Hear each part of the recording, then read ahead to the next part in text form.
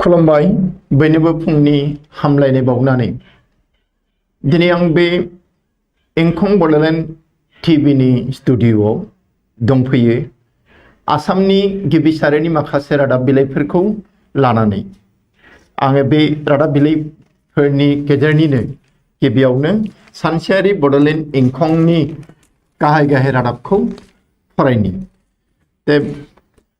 मैया बिष्णु राभानि 52थि जोनोम सान बावनाय जादों फोरबोखौ फालिनाय जादों आरो बेहाय बुंदों मा सोरखारा राभा दिवसखौ लोब्बा लाना 2021 मायथाइनि बिष्णु प्रसाद राभा बान्थाखौ फोसावबाय।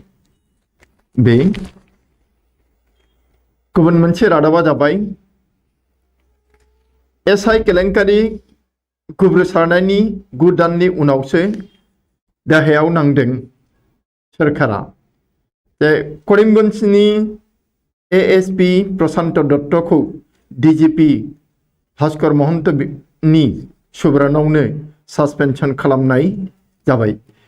बे प्रशांत दत्तआ सोंलु बिलाइ एसआई साख्रिनि जे आनजाद बे आनजादनि सोंलु बिलाइ दिहुनखुमानायाव लिक जाहोनायाव बे लोब्बा दंमोन आरो बेखौ 9 दाननि उनावसो माबा संदाननानै दिन मैया बेखौ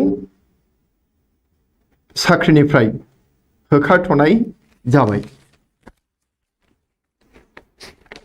गामि गामि थागिबि भारतारि रोदानि सुबुं सानखोनि खारि बुथुमनायनि लाहार फाहार जिल्ला बेंगिरिफोरनिसिम हायेन जनजाति आरो उनसोनाय हारिनि मोन 33 हारिफोरनि सुबुं साननायनि बिथोन बे जोबोद मोजां खामानि गिदिर खामानि बेखौ मावोब्ला गमामारै मोजाङै मावनो हायोब्ला बे उनसोनानै थानाय आरो शिड्युल ट्राइब शिड्युल कास्ट बिसोरहा मुलाम्फा जागोन।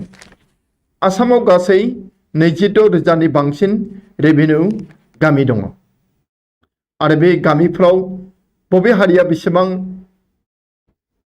अनजिमा दङ सुबुं सानखो दङ बेखौ सेन्सास खालामनो थाखाय बिथोन होदों बिबानगिरिफोरखौ। दानिया फैदो मन्त्री अशोक सिंघाला धनसिरि इरिगेशन प्रजेक्टखौ नायगिदिंदों। आसामनि इरिगेशन बिफाननि मन्त्री अशोक सिंघाला दिनै धनसिरि इरिगेशन प्रजेक्टखौ नायदिंहैदों। मन्त्री अशोक सिंघाला अदालगुरिनि एमएलए गोविंद बसुमतारीजों लोगोसे बिटिआरनि बेन्दोंआव थानाय अदालगुरिनि गुबुन डिसि आरो गुबुन अफिसारफोरजों बे नायगिदिंनाय खामानिखौ मावफुङो। बेनि उनाव दङ रादाबा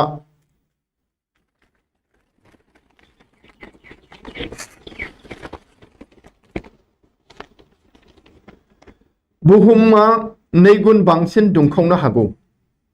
फैनाय बोसोरफोराव बुहुमा 2 गुन बांसिन दुंखावनो हागौ माने आगोलाव जेसेबां गुदुं जादोंमोन बेनिख्रुइ बांसिन गुदुं जागोन। मानोना बेनिफ्राय जों बुजिनो हायो जे ग्लबेल वार्मिं होननाया बे ग्लबेल वार्मिंआ बारानिफ्राय बारा मोगथां महर मोनदों। बाहाय बुंदों मा मोनसे गोदान संदाननायाव सांग्रांथि होनाय जादों दि जुदि मुलुग दुंखावनायखौ 2 डिग्री सेल्सियासनि गाहायाव सिमा गोनां खालामनो थांखि लानाया फुरा जाब्लाबो बुहुमनि बोथोर सोलायनाया 2 गुन गरम जागोन। बे सयगाव ओनसोलाव सन्देहजों बमा मोननाय जाथाया जायगानि थासारिखौ दुंहाव खालामदों। सन्देह खालामदों आरो बमा नंगौ होननानै नाथाय बमाया गमामारि नङा। बिनि उनाव फैदो बे बड'लेण्ड जि सानसेयारि बड'लेण्ड इंखं बेनि जि सुजुथायाव दङ भारतारिफोरनि सोलोंथाइनि दालाया भारताव मोजाङै साग्लोबनो हायाखैमोन बे आरो मोनसे बावदों स्काउट आरो गाइडनि थांखि आरो गोनांथि बेनिफ्राय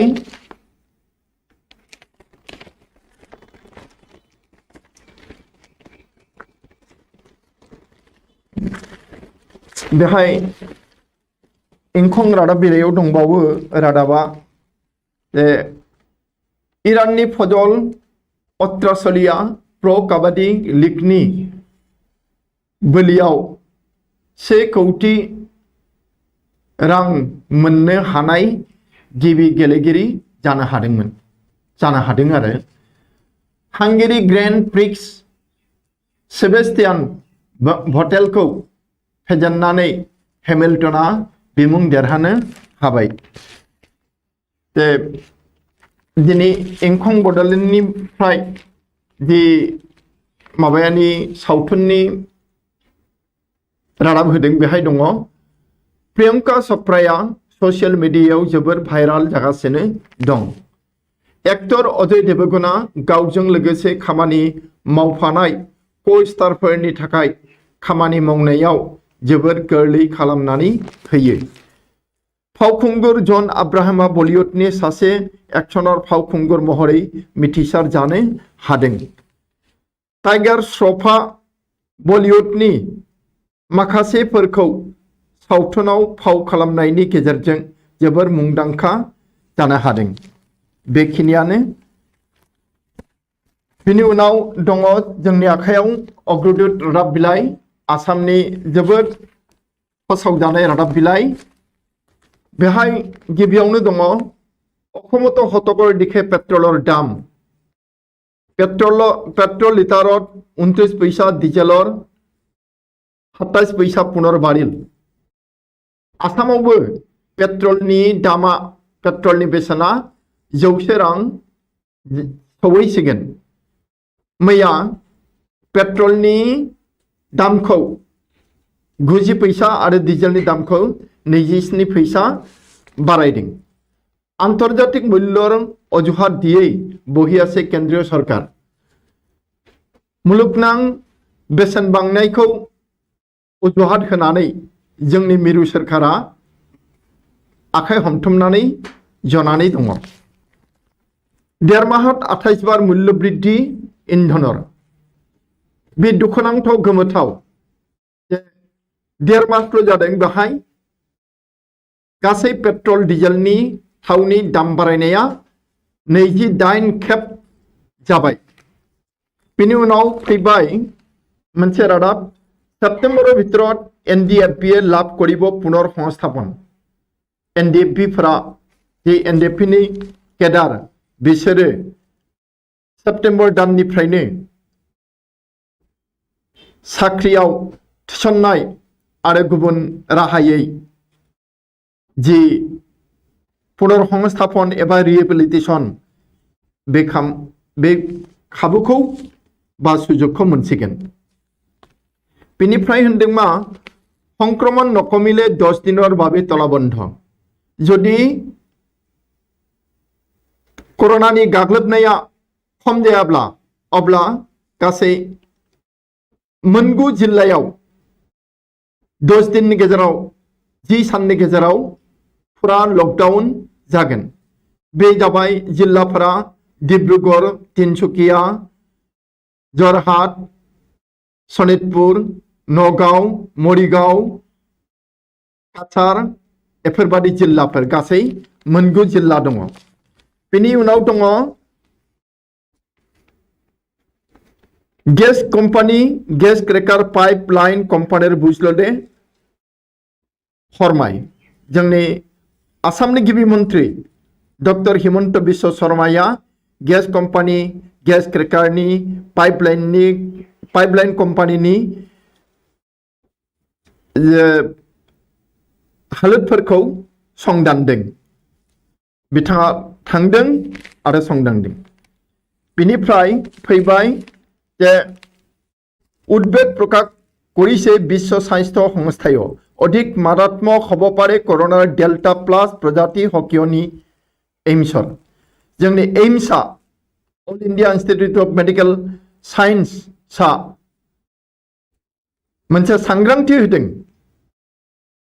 आरो भबिष्यतबाणी खालामदों मा जे डेल्टा प्लास होननाय कर'नानि जाथिया बयनिख्रुइबो गिख्रंथावसिन जानो हागौ। बेनि उनाव मोनसे दुखुनि रादाब जे सेंग्रा समाव उन्दै समाव सेंग्रासा समाव गेलेनायाव इसेबां मोजां गेलेदों बियो माहारियारि खेला आफाद जे नेशनेल गेम्स एफोराव मोजाङै गेलेनो हादोंमोन बाहागो लानानै, नाथाय बियो दा मा लामा सेराव मैगं दखानसो होनानै जानांदों। बे जाबाय सासे सेंग्रानि खोथा आरो बिनि मुङा जाबाय कैलाश सावराय। गुबुन मोनसे रादाब बे जाबाय मेट्रिक परीक्षा बातिल हताशात भुगि मेधावी छात्रेर आत्महत्या लखिमपुराव। जोबोद दुखुनांथाव बाथ्रा जे मेट्रिक आनजाद आरो हायार सेकेन्डारि आनजाद जर'खायै मेट्रिक आनजादखौ केन्सेल खालामनाय बन्द खालामनाय जानाय रादाबखौ मोननानै दुखु नांदों लखिमपुरनि सासे जोबोद मेलेम गोनां आइजोआ। बियो गावखौनो सिथारनानै लाबाय नार्भासावनो। बेनि उनाव दङ कार्बि आंलंत आरक्षीये 6 घन्टिया संघर्षत धरा खायि 2 UPRF उग्रपन्थी। बे कार्बि आंलंनि जाथाय बहाय दाबो थिउरियाफोर दङ। ओजोंहाय कार्बि आंलंनि जि थिउरिया हान्जा बिसोरो सरकारजों शान्ति चुक्ति खालामनो थांगासिनो दं, नाथाय अब्लाबो बिसोरनिनो माखासेया उदखारि खामानिखौ गाराखै। मैया बे सन्यासि पाहाराव पुलिसजों गावलायलायनायाव सानै थिउरिया जिउ गोमानाङो। बेनि उनाव फैबाय तेजपुरत समाधि क्षेत्रत श्रद्धांजलि विभिन्न संगठन दल अनुष्ठानत मृत्यु दिवसत राज्यजुरि स्मरण कलागुरुआ सोर विष्णु राभा। बिथांनि जे मृत्यु दिवस मैया बे मृत्यु दिवसाव बिथांखौ गोसोखांदों। सोरखारि मोनसे हाबाफारि लादों तेजपुराव आरो बे तेजपुराव जे समाधि क्षेत्र दङ बेहाय बिबार माला बावनानै बिथांखौ बयबो गोसोखांदों। बेनि उनाव मोनसे रादाब दङ बे जाबाय गेलेनायनि जेमिसनर सन्मुखत आत्मसमर्पण टीम इन्डियार बेट्समेनर। एसे लाजिथाव खोथा भारतारिफोरा निउजिलेन्डनि बेरेखायै गेलेनायाव सेथि जि टेस्ट बेहाय 217 रान बुथुमनो हादोंब्लाबो नाथाय भारतारि बेट्समेनफोरा बुंदों दि भारतारि बेट्समेनफोरा निउजिलेन्डनि जेमिसन होननाय बलारनि आखायाव खाथियाव गुग्रुब गोग्लैनांदों। माने बिनि बलखौ फिदिंनोनो हायाखै। बे एसेखिनियानो अग्रदूत रादाबनिफ्राय। बिनि उनाव फैदो प्रतिदिन रादाब बिलाइ। बे प्रतिदिन रादाब बिलाइयावबो बे अग्रदूतआव जिफोर मैखोम रादाब ओंखारदों बेफोरनोसै। अब्लाबो बे भारत पेट्रलियामक बिदेशि कम्पानिक गतवार बुप्लिन चुरान्त। बे मोनसे गाज्रि रादाब जे भारत सरकारा गोबांखौनो रेल एर'प्लेन आरो माबा माबि इन्डास्ट्रिफोरखौ प्राइभेट कम्पानिनो फानगासिनो दङ। दा ONGC खौबो माबा बिदि खैसारियावनो लांनो थांगासिनो दङ। मानो होनब्ला 100% 100% बिदेशी बिनियोगनि सुबिदा होनाय मानि बेफोरो जुदि बिदेशीनि जे शेयार हल्डार बेनि अनजिमाया जुदि बाङोब्ला अब्ला मा लासैनो बेखौ प्राइभेट कम्पानिनो फाननायनि लामाया मुखाल जागोन होननानै गिनाय फैदों। बेनिफ्राय उच्च माध्यमिक विद्यालय महाविद्यालय मुरब्बीले शिक्षा সংসদে দিয়া জরুরি বার্তায় তুলিছে কপনি আভ্যন্তরীণ মূল্যায়নৰ নাই তথ্য। गोबां स्कुलाव बे आनजादफोरानो जायाखै। इउनिट टेस्ट बायदिसिना बेनिफ्राय प्रि फाइनाल टेस्ट बेफोरो जायाखैनो, हाफ यारलि जायाखै बहाबा। दा बबे होखानाय थाखानाय नम्बरजों बै एबार देग्लायनि जि मेट्रिक आनजादनि बिजाथिफोर बिसोरनो मा नम्बर होनो? दा बेखौ लानानै खर' सादों। नम्बर धार्यकलै बहु शिक्षानुष्ठानत हाहाकार। गोबां स्कुलानो बिदि आनजादफोरखौ खुङाखै। दा बे खैफोदा सौफैदों, जायनि थाखाय लखिमपुरनि सासे आइजोआ थैबाय। बे जोबोद गाज्रि खोथा। बिनि उनाव শিশুৰপৰা বৃদ্ধলৈ সকলো বয়সৰ লোকেই আক্ৰান্ত হৈছে ডেল্টা প্ৰজাতিত।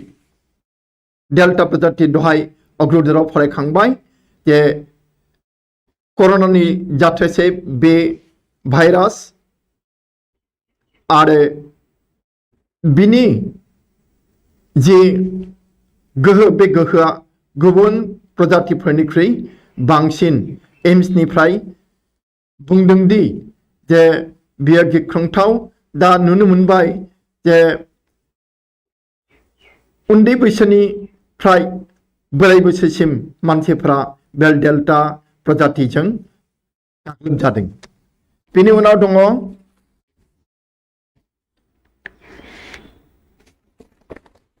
कर'नात मृत व्यक्तिर आत्मीयक 4 लाखকৈ क्षतिपूरण दिले उदांहब राजक'क। आगोलावथ' होनदोंमोन 4 लाख करि होगोन होननानै कर'नायाव थैनाय मानसिनो। नाथाय दा जाबाय मा खोथाखौ दस्राथिं लांबाय दिल्ली सरकारा, मिरु सरकारा, जे जुदि 4 लाख करि होनांगौ जायोब्ला अब्ला भारतनि जि राजक'क ट्रेजारि बे ट्रेजारिया लांदां जागोन।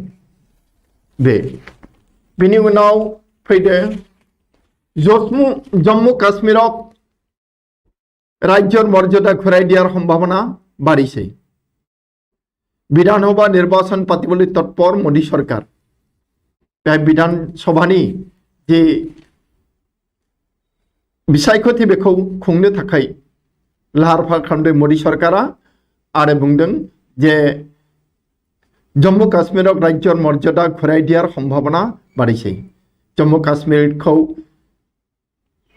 राज्योनि जि मर्यादामोन बे मर्यादाखौ बोखारनाय जादोंमोन। 370 धाराखौबो बोखारनाय जादोंमोन। दा बै राज्योनि जि मर्यादा स्टेटहुड बेखौ होफिननायनि खोथा सानलायगासिनो दङ गोदान दिल्लीयाव। बेनिफ्राय मोनसे मोजां रादाब बे जाबाय भारतीय वायुसेना राजौरी जिल्लार प्रथम गराकि महिला पाइलट। मोजां रादाब आरो जर'खायै आइजोफोरनि थाखाय। भारतीय जि एयारफोर्स बे एयारफोर्सआव राजौरी जिल्लानि सासे आइजोआ गिबि पाइलट महरै थिसनजाबाय। मोजां रादाब बियो। बेनिफ्राय मोनसे जाबाय मा 300 কোটি টাকার পুঁজি সংগ্রহের পরিকল্পনা রাজহুয়া খণ্ডর বিমান প্রতিষ্ঠানের एयार इंडिया स्पेशली जे 300 কোটি रां पुঁজি बुथुमनायनि थाखाय लाहार फाहार खालामदों एयार इंडियाया। बेनिफ्राय गिदिरै लिरदोंमा विभिन्न सहरर सम्पत्ति बिक्री करिब एयार इन्डिया गोबां नोगोर सोहोराव थानाय गावसिनि हा सम्पत्तिखौ फाननो लादों थाखा बुथुमनो थाखायनो देवलिया जाबाय बेबो रांखान्थि आंखालाव गोग्लैबाय गाज्रियैनो सालायनायफोरा थिग गैयाबाथ' आरो बिदि जाखागोन इनिफ्राय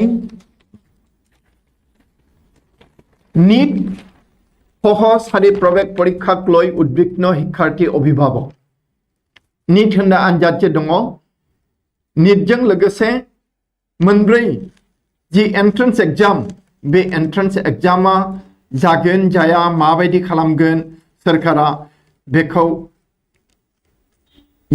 गिनांगौ जानानै फैदों बेखायनो फरायसाफोरा आरो बिसोरनि बिमा बिफाफोरा जोबोद सिन्थायाव गोग्लैदों मा जागोन बिसोरनि गथ'फोरा medical science medical college engineering कलेजफोराव माबा मोनगोन ना मोना नाम थिसननो मोनगोन ना मोना बे आरो बेनिफ्राय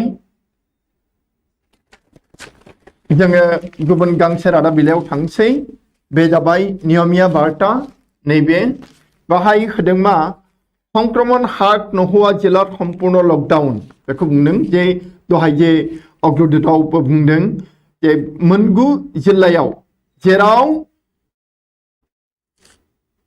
कर'ना भाइरासआ खमायाखै बाङाय जायाखै बांदोंसो बे जुदि 10 दिननि गेजेराव आरो बांबाय थायोब्ला खम जायाब्ला अब्ला फुराफुरि लकडाउन होगोन बै मोनगु जिल्लाफोराव बाहाय तिनसुकियानिफ्राय हमनानै काछारसिम दङ नगाव मरिगाव दङ डिब्रुगड़ दङ बे आरो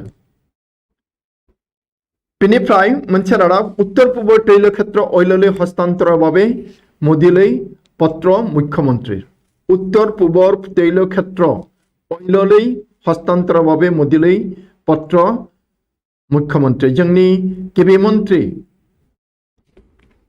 हिमंत बिश्व शर्माया जोंनि सानजा सा राज्योनि जे थाव फुंखा बे थाव फुंखाफोरखौ थावनि जायगाफोरखौ अइल इंडिया कर्परेशननो गथायनो थाखाय आर'जलाइ लिरदों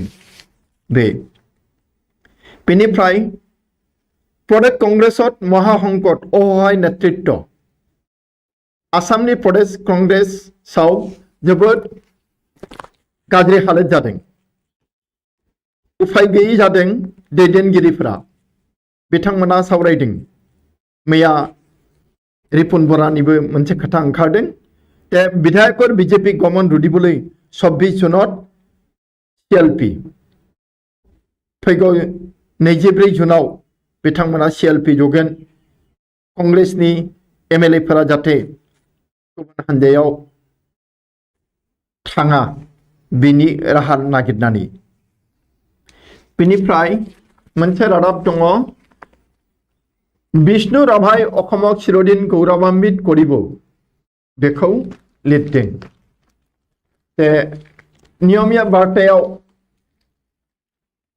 जे रादाब बे रादाबा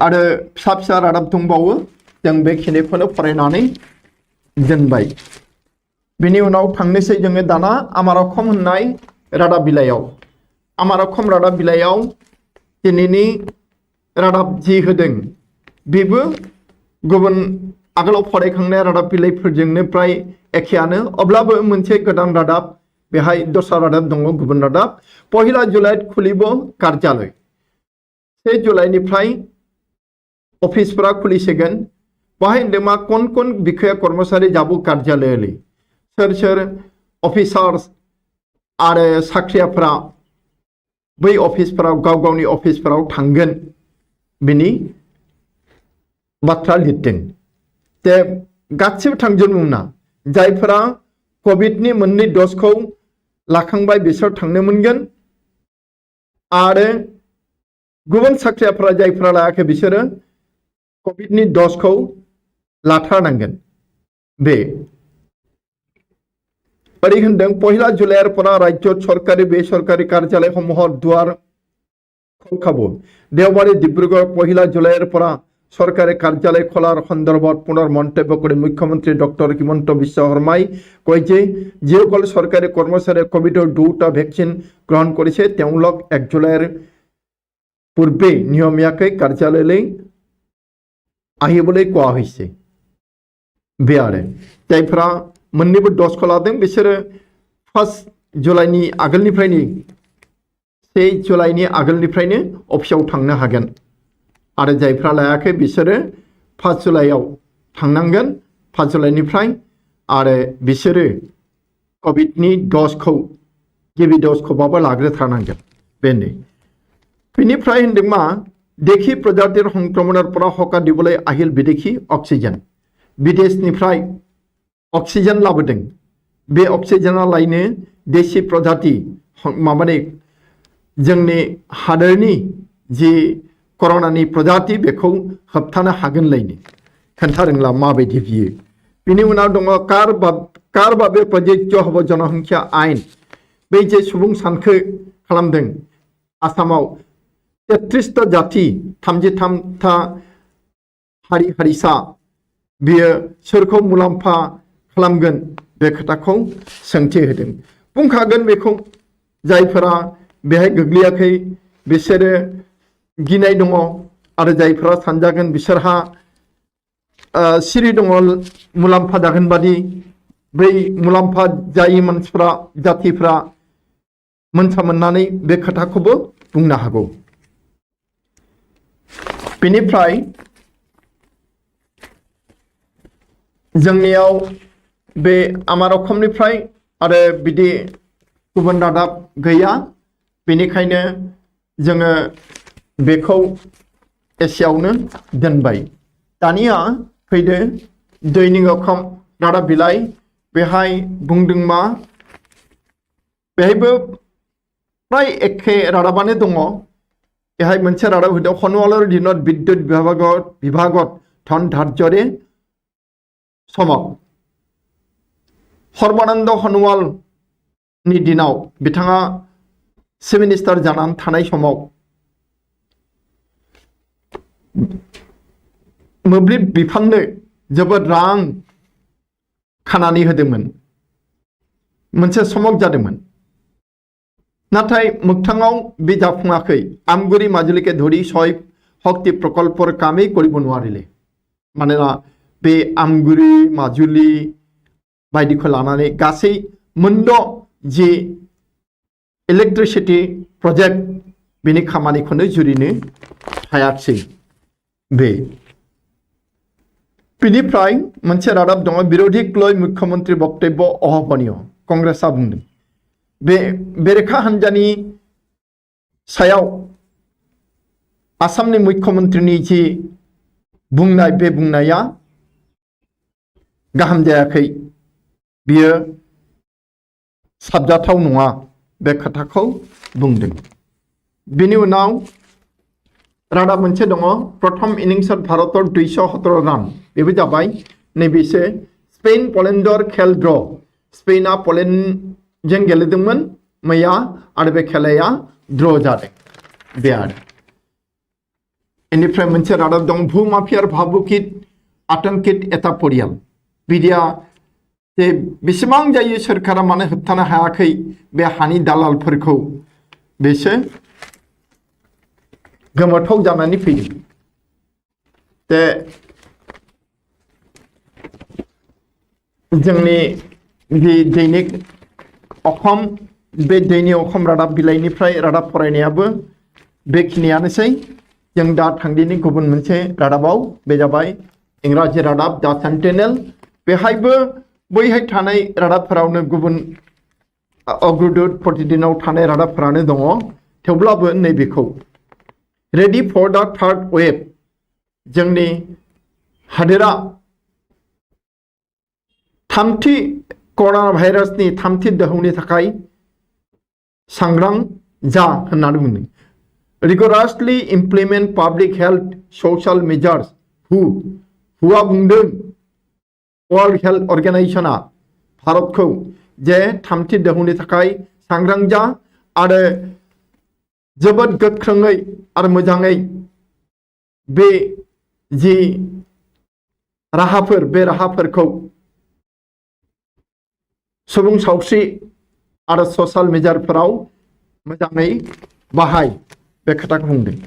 इनिफ्राय नैबेहाय दहाय एसे फरायखांबाय अग्रदूतआव थेवब्लाबो एनडिएफबि रिहेबिलिटेशन प्रसेस इनिशिएटेड सेस आईजीपी एसबी आईजीपी नि एसबी दालायनि आईजीपी बिथाङा बुंदों मा एनडिएफबि जि आगु केडारफोर बिसोरखौ पारामिलिटारियाव थिसननाय जासिगोन बेखौ इंखं रादाब बिलाइयावबो मोनदों। दा जोंनि आईजीपीआ बे खोथाखौ बुंदों जे जाब्लाथ' हामसिगौ गाहाम खोथा। बिनि उनाव रादाब दङ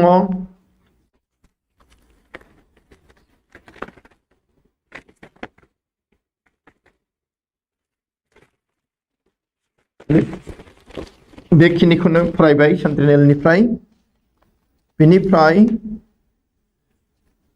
दानिया असमिया खबर बाहायबो एखे रादाबफोरानो दङ अब्लाबो नैबे रादाबखौ आरोबाव बुंफिननोसै परीक्षा बातिल मेट्रिक परीक्षा आरो एचएस फाइनाल आनजादफोरा बातिल जाबाय बन्द जाबाय। बिनि थाखाय गोबां फरायसाफोरा नार्भास जादों। हताशाग्रस्त लखिमपुर मेधावी छात्रीर आत्महनन सुइसाइड नोट लिखि आत्महत्या नलबारी युवतीर नलबारियावबो थैदों बियो सुइसाइड नोट लिरनानै गालांदों। इनिफ्राय बे लखिमपुरनि या आगोल थैग्रोनाय जाबाय। दानिया कांग्रेस दलनि रादाब मोनसे रूपज्योतिर बीजेपी गवर्नर पाछते कांग्रेसर निद्राहरण रूपज्योतिया बे कांग्रेस दलोआव गावनि हान्जाखौ गारनानै कांग्रेस दलोआव बास्लायनानै थांनाय लोगो लोगोनो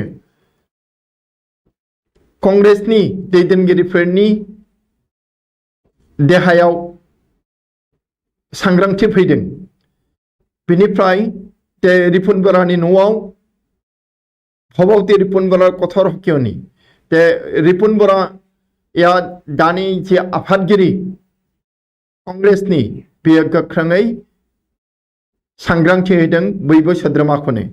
दल नेतार बिरुद्धे मिडियात मुख खुलिलै पाखि कातिब नेतृत्व बुंदों मा हान्जानि दैदेनगिरिफोरनि बेरेखायै मिडियाफोराव खुगा बेखेवबानो बिसोरनि गांखौ दाननानै होनाय जागोन। बेनिफ्राय आमेरिकाय যদি मिसिसिपिक नियंत्रण करिब पारे অসমে কিয় ব্ৰহ্মপুত্ৰক নোৱাৰে बे खोथाखौ डक्टर नगेन शइकिया बुंदों आसामनि गिबि मन्त्रि हिमन्त बिश्व शर्मानो लिरनाय लाइजाम आरो मोगामोगियाव आमेरिकाया मिसिसिपि बादिखौ कन्ट्रल खालामनो हादों जोंनि आसामा ब्रह्मपुत्रखौ मानो हाया। ब्रह्मपुत्रखौ जुदि मिसिसिपि बादि होबथानो हायोब्लानो जोंनि बोसोरफ्रामबो जानाय दैबाना आरो बिनि खहानिफ्राय बारग'नो हायो बे खोथाखौ बुंदों। मोनसे रादाब जे परीक्षार बिहीन शिक्षार्थीर मेधा जखात अथन्तर बुंबायानो जे गोबां स्कुलफोराव आनजादफोरानो जायाखै जेबो आनजादफोरानो बहाबा मोनसेल' जादों बहाबा मोननै जादों बहाबा जाथाराखैनो दा बेफोराव मार्कआनो गैया मा खालामगोन होनबा दा बै स्कुलनि बिबानगिरिफोरा हेडमास्टार प्रिन्सिपालफोरा नंखायखौनो माने माबा बानायनानै हरगोन मार्क्स नैबेखौ लानानै गिदों साननांगौ फैदों। सिलिन्डार नाटनीय भयाबह रूप लोৱাৰ तीव्र आशंका सिलिन्डार गेस सिलिन्डार कुकिं गेस सिलिन्डारनि आंखाल सफैगोन आरो बेखौ लानानै गिनाय फैदों। 23 जुलाइर পৰা अनिर्दिष्टकालলৈ बन्ध उत्तर पूबर 8टा रन्धन गेस प्रकल्प फैगौ 23 जुननिफ्राय माने समफोरनिफ्राय गासै जोंनि नर्थ ईस्टनि मोनदाइन जि कुकिं गेसनि संग्रा गेसनि जे प्रजेक्ट बे प्रजेक्टफ्रा बन्द जासिगोन बे खोथाखौ बुंदों। बे बागदावथाव, मानोना जोङो संग्रा गेस मोनाब्ला माब्रै संजानो। बेनिफ्राय ভ্যাকসিনৰ বাবে প্ৰযোজ্য হ'ব ফটোযুক্ত ৰেচন কাৰ্ড। जे रेशन कार्ड जे थायो कन्ट्रलनि, जोङो सिम्पल रावाव जे बुङो कन्ट्रलनि कार्ड, बेखौबो जोङो भ्याक्सिन लानायाव बाहायनो हागोन बे खोथाखौ बुंदों। बेनिफ्राय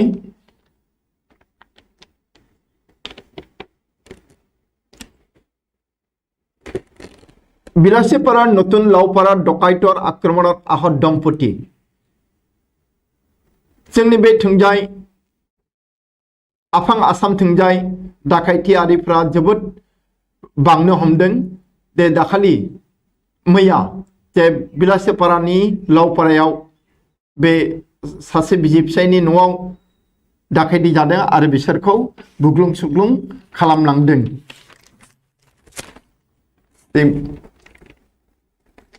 मोनसे दङ कृषक सन्मान निधि दुर्नीतिर अभियोग आसुर।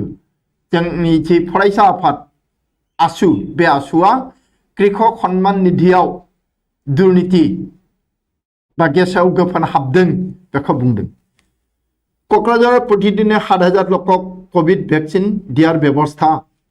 क'क्राझारनि डिसिआ बुंदों जे बे जिल्लायाव सानसेयाव 7,000 मानसिखौ कभिड भैक्सीन होनाय जागोन।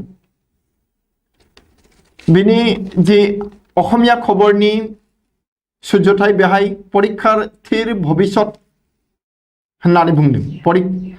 परीक्षार्थीर माने आनजादनि बिजाथिफोरनि इयुन मा जागोन बेखौ गिख्रंनानै लिरदों। जोङो बे रादाबखौ, अखमिया खबरनि रादाबखौ बेखिनियावनो दोनबाय। दानिया फैदो गांसे बांला पेपार, बे जाबाय जुगाहंख। बेहाय मोनसे रादाब दङ, कयला सिन्डिकेट रोधे रफ्तानि बन्ध, अवैध आमदानिते नै बाधा। कयला सिन्डिकेटआव जि होबथानाय, बे होबथानायानो कयला रफ्तानिखौ बन्द खालामदों। नाथाय ओजोंहाय अवैध आमदानि जागासिनो दं, बेखौ हले होबथायाखै। आयेन बेरेखायै आमदानि जागासिनो दङ। रफ्तानिया बन्द, आमदानिया सिखावै जागासिनो दङ स्रोदै। बेनिफ्राय होनदों मा, एकाइल रेजिटेसन ममता बेनार्जी। जे महाराष्ट्रनि चिफ मिनिस्टार उद्धव ठाकरेया ममता बेनार्जीखौ बाख्नायनानै बुंदों जे बिथाङा हारसिङैनो जुजिनानै देरहादों। बेनि उनाव मोनसे रादाब दङ, ट्रलार भर्ती इलिश डायमन्ड हार्बारे। डायमन्ड हार्बार बेंगलनि मोनसे जोबोद मुंदांखा जायगा, सागर सेर, लैथो सेर। बेहाय जोबोद इलिश ना मोनो आरो बे इलिश नाफोरा एबार जोबोद हमजादों। अजना जाबाय 600 ग्रामनिफ्राय 2 केजिसिम आरो दामा जाबाय 800निफ्राय 1200सिम। गोबां दाम, गोथावबो नालाय एखाने बिदि दाम जादों। आरो मोनसे रादाब दङ, निर्वाचन एगले साम्प्रदायिक हिंसार घटना बेड़े যায়।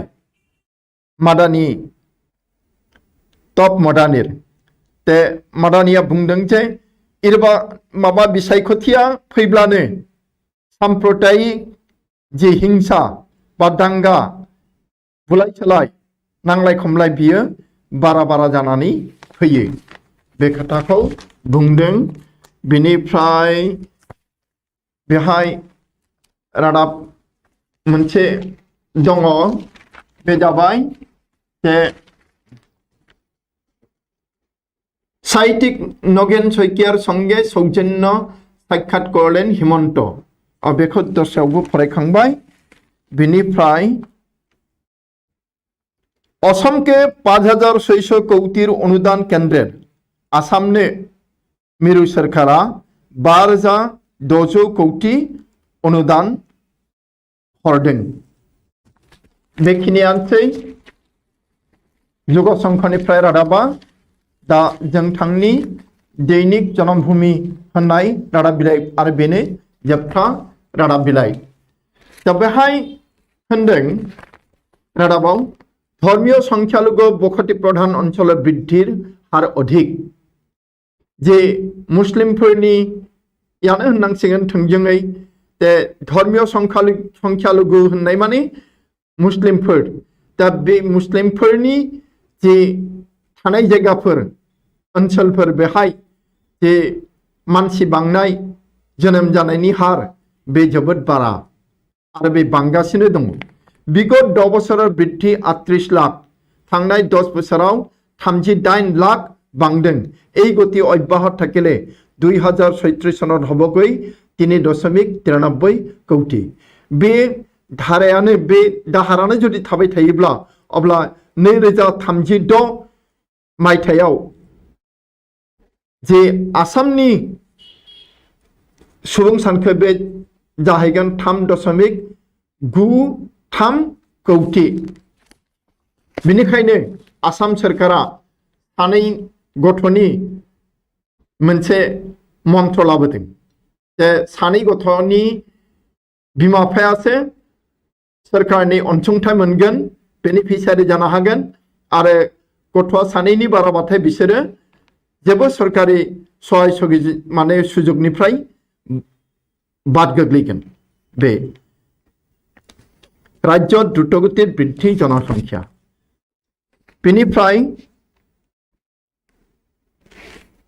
बुंदों मा बेहाय उच्चतम न्यायालय जनाले केंद्रीय सरकारे मा जनायदों कर'नार मृतकर परियालक 4 लाख टकाकै साहाय्य दिया নহয়। सुप्रीम कोर्टनो जोंनि मिरु सरकारा ओरैबादि फोरमायहरबाय गावसोरनि जि खोथा होनाय बे खोथा होनायनि उल्था गावसोर आगोलाव खोथा होदोंमोन 4 लाख सासे कर'नायाव थैनाय साफ्राम न'खरनि मानसिनो 4 लाख करि होनाय। दा बेखौ उल्था बुंहरबाय जे होनो हानाय नङा, जुदि बिदि अनसुंथाइ हरनांगौबा 4 लाख करि अब्ला देशनि रां बाख्रियानो लंथं जागोन। बे मोनसे रादाब संसदर बर्षाकालीन अधिवेशनर आगे आगे मन्त्री हबार हालहरेरिर सम्भावना जे पार्लियामेन्ट जोंनि देशनि पार्लियामेन्ट जगोन फैगौ दैज्लां बोथोराव बिनि आगोल आगोलनो मन्त्रि आफादखौ सोलाय सोलो खालामगोन आरो आसा दङ जे बेहाय 6 निफ्राय 7 सा गुबुन मन्त्रि हाबग्रोगोन। हलनि हब पारे 24टा मन्त्रालयर मन्त्रि सोलाय सोलो जानो हागौ 24 बिफाननि मन्त्रिफोरा। बे दिनै बे जे मेट्रिक आनजाद जायैनि दुखुआव माबानाय गावखौ सिथारना लानाय लखिमपुरनि आइजो बिनि रादाबखौ एसे फरायनोसै। लखिमपुराव मेधावी छात्रीर आत्महत्या। स्टाफ रिपोर्टार 20 जून लखिमपुर जिलार पानीगांव थानार अंतर्गत करसन मासगुरी होननायाव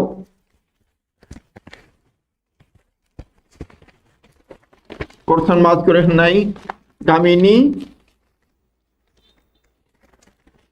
बे थांनाय 19 जून खालि 19 जून खालि रानी गगৈ नाমৰ এগৰাকী মেট্ৰিক শিক্ষাৰ্থীয়ে আত্মহত্যা কৰাৰ ঘটনাই তীব্ৰ চাঞ্চল্যৰ সৃষ্টি কৰিছে। बे आइजोनि मुङा रानी गगৈ आरो बिनि जे गावखौ सिथारना लानाय जाथाय बेयो गासै ओनसोलावनो जोबोद दुंदुं हावहाव बा मोनसे गिख्रंथाव थासारि लाबोदों। बे आरो जे बियो जोबोद मोजाङै पास खालामनायनि आसा खालामदोंमोन नाथाय परिखाया बातिल जानाय लोगो लोगो बन्द जानाय लोगो लोगो बे आरो मा रिजाल्ट मोनबावनो बेखौ गिनानैनो बिदि हालोदाव थांदों। गावखौनो प्राय डम्बुरु गगैर कन्या तथा स्थानीय माधवदेव हाईस्कुलर मेधावी छात्री रानीये मेट्रिक परीक्षा बातिल हुआ বুলি জানিব পাৰি মানসিকভাৱে হতাশাত ভাগি পৰি এনে দুৰ্ভাগ্যজনক ঘটনা সংঘটিত কৰে। बिफानि मुङा जाबाय डम्बुरु गगৈ। ते बिनि उनाव जोंनि आखायाव आरो मोनसे रादाब दङ अन्तिम 16 प्रवेशर आखा जार्मानिर इउरो काप 2020 बेहाय जे जोबथा 16 स्थान 16 जायगा बेहाय बा 16 दोलो बेहाय जार्मानिया जायगा मोननो हागौ होननानै मिजिं थिदों आसा खालामदों। जार्मानियाव मोजां गेलेगासिनो दं थारमाने अबा ड्र गेलेदोंबाबो। बिनि उनाव फैदो पलेन्डर बिरुद्धे ड्र खेलिले स्पेइन। पलेन्डनि बेरेखायनो स्पेइना ड्रसो गेलेदों। अदेबानि मोजां बाथ्रा जे जेनाखै। ते दिनैनि जे आसामनि लिडिं रादाब बिलाइफोरनि रादाब फरायनाय बे रादाब फरायनाय खामानिखौ एसेयावनो फोजोबबाय आरो फिन नोंथांमोननो आंनि खुलुमनाय बावनानै दिनैनि हाबाफारिखौ एसेयावनो दोनथ'बाय। खुलुमबाय।